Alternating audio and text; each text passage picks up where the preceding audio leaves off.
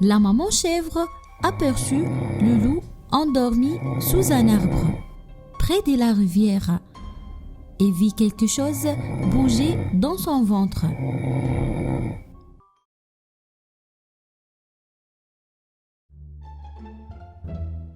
Caché derrière un arbre, le loup guettait patiemment le départ de la maman chèvre, attendant le moment parfait pour mettre son plan en marche. Mes petits, c'est moi, votre maman. Ouvrez la porte. Je vous ai apporté quelque chose de délicieux. Non, tu n'es pas notre maman. Notre maman a une voix douce et agréable, pas rauque comme la tienne. Tu es un loup. Déterminé à tromper les petits chevreaux, le loup élabora un plan plus malin.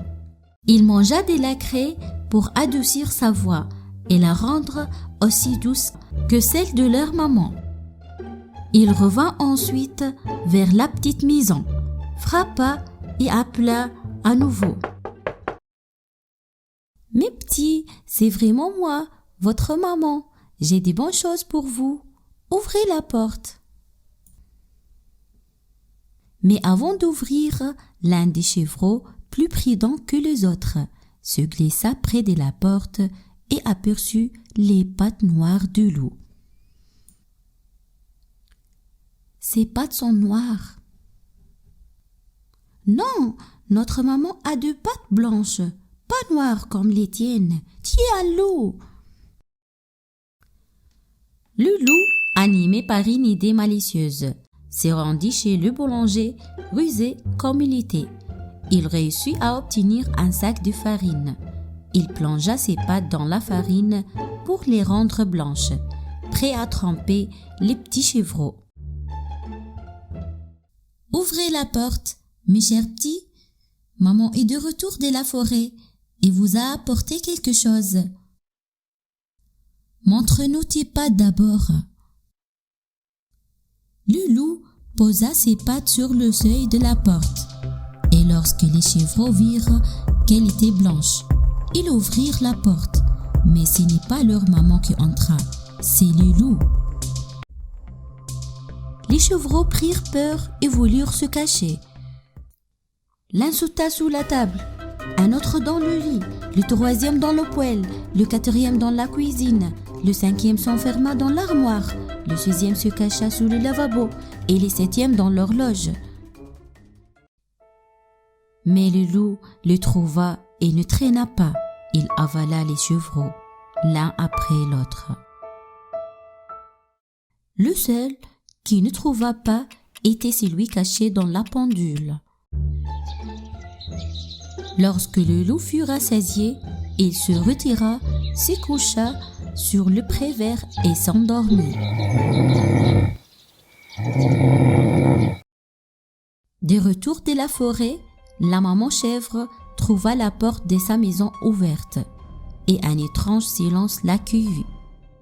Horrifiée, elle découvrit que la maison était sans dessus-dessous et ses petits introuvables.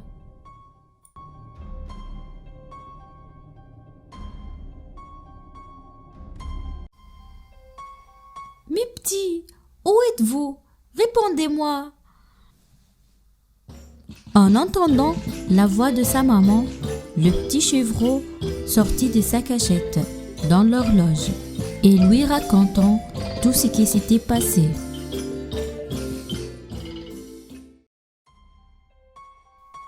La maman chèvre aperçut le loup endormi sous un arbre, près de la rivière, et vit quelque chose bouger dans son ventre.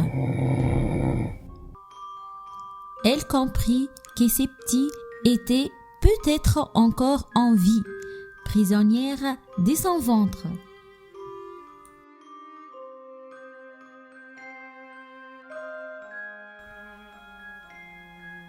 Un par un, les petits chevreaux retrouvèrent la lumière du jour et sautèrent de joie en retrouvant leur chère maman. « Vite, mes enfants, apporter des pierres pour remplir le ventre de ces vélins loups.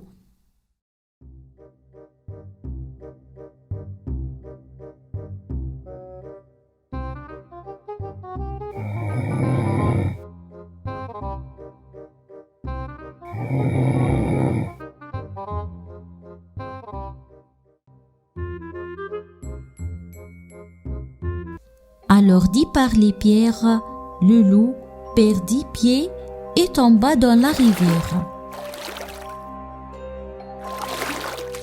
où il disparut pour des bons. En sécurité avec leur maman, les petits chevreaux fêtèrent leur victoire, ayant triomphé de la ruse de loup.